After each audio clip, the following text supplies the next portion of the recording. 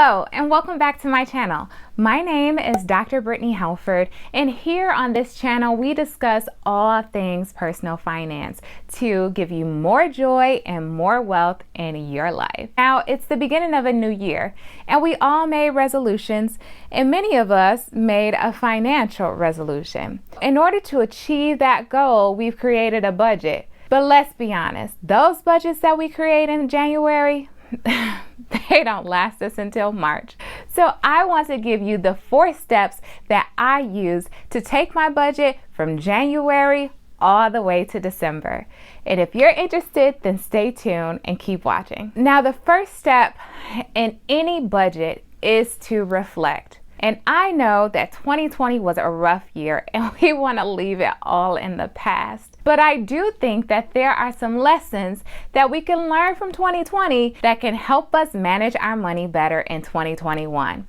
I want you to reflect on how 2020 felt for you emotionally. How was your money management? I mean, that's a difficult question, and I'm sorry because many of us lost our jobs, many of us were furloughed, many of us had to apply for unemployment. And that was an unfortunate situation that we could have never imagined. So did you feel the pressures of the pandemic, or did you have an emergency fund that protected you from that huge burden? Emotionally, whether good or bad, I want you to think about how that felt, because our emotions modify our behavior. And so what I'm hoping that we can do for 2021 is to elevate the behaviors that were great and decrease the behaviors that were not. Now it's time for step number 2, and that is to review.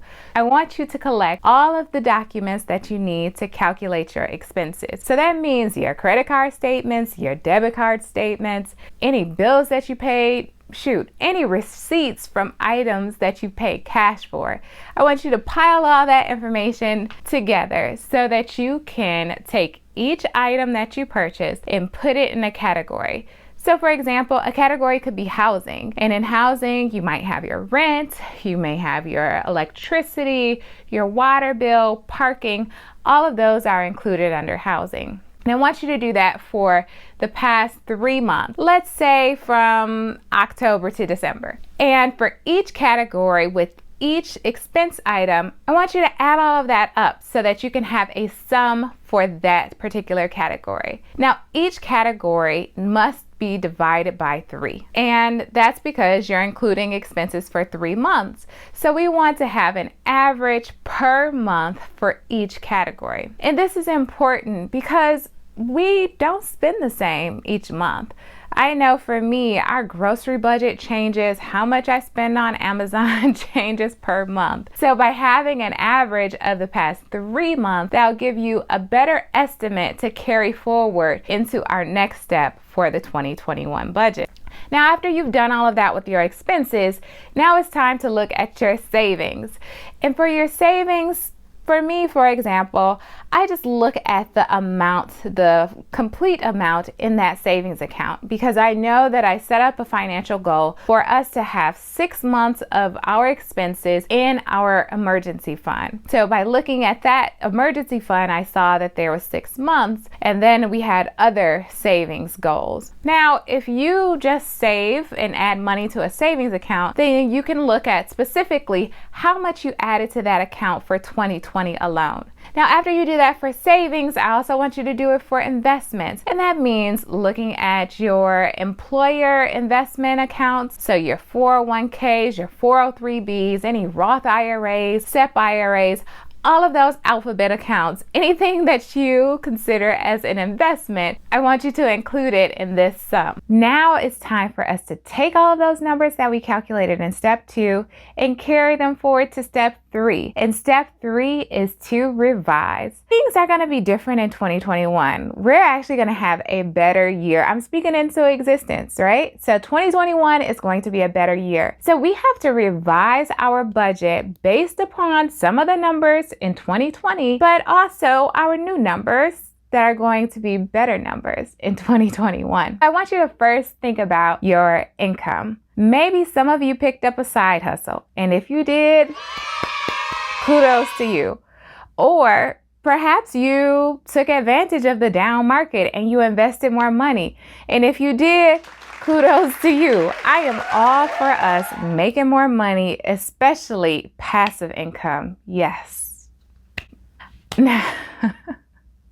Now, I want you to first think about your joy priorities. And this is a budgeting method that I created myself. And if you're interested in learning more about this budgeting method, I actually have an ebook and you guys can get 50% off with a coupon code. I like to think about what brings me joy and make sure that I budget those things in first, because that's going to keep me on budget for the entire year. If you are getting out of debt, you're meeting your savings goals, but you are miserable, what is the point? So we need to enjoy what we enjoy today and also think about our future, more older, mature self as well. You think about your joy priorities and you want to make a budget for those. Next, you want to think about your financial goals. And in your financial goals, remember that we are trying to build wealth and that wealth is persistent over time. So think about what you want in 2021 as far as a financial goal,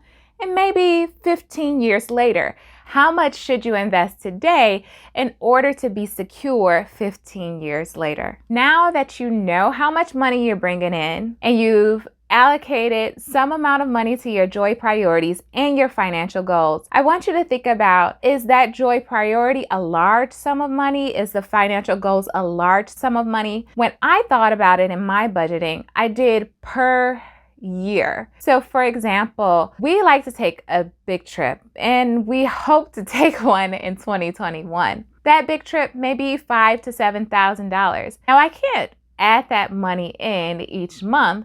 So what I do is I take that large sum of money and I divide it by 12.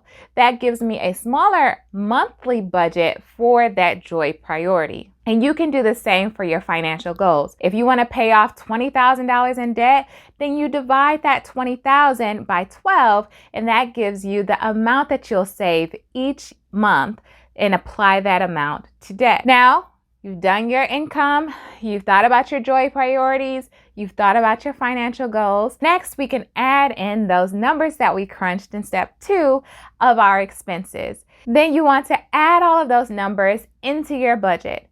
And if you have no money left, like everything equals 0, then you have done a fantastic job. That almost never happens. Now, that means that you've accounted for every dollar, and Dave Ramsey would give you a big pat on the back.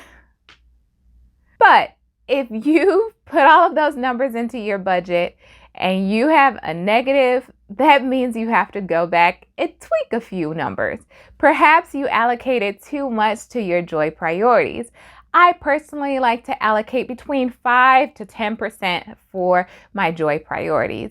Perhaps you actually have too much spending in your shopping budget and you need to adjust how much you actually spend in that shopping category so that the numbers at the end of your budget are 0 or positive.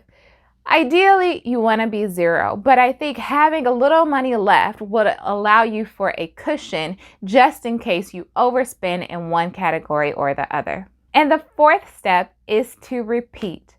I want you to repeat this on a monthly basis. Nobody is perfect. And I want you also to give yourself grace. I mean, the fact that you're even watching this YouTube video about budgeting, that means that you're taking the first step towards financial freedom. And remember, it's baby steps over time. It's hard to change behaviors, especially our money behaviors. So each month, I want you to repeat the entire process. Reflect on how that month felt emotionally. Reflect on your behaviors. Then I want you to review your numbers. Did you overspend in some categories or underspend in others? Did you meet your financial goals? Then you have to revise. So each month you may have to tweak. You may realize that you actually didn't shop as much as you thought you wanted to, and therefore you have more money to put into your savings account. Remember, that this is a learning process. And as you go along each month, you're going to learn so much more about yourself and also your money management personality. You're going to shift your mindset. And I just want to encourage you guys that doing a budget and sticking with a budget is not the easiest thing to do. That's why so many of us fail to do it.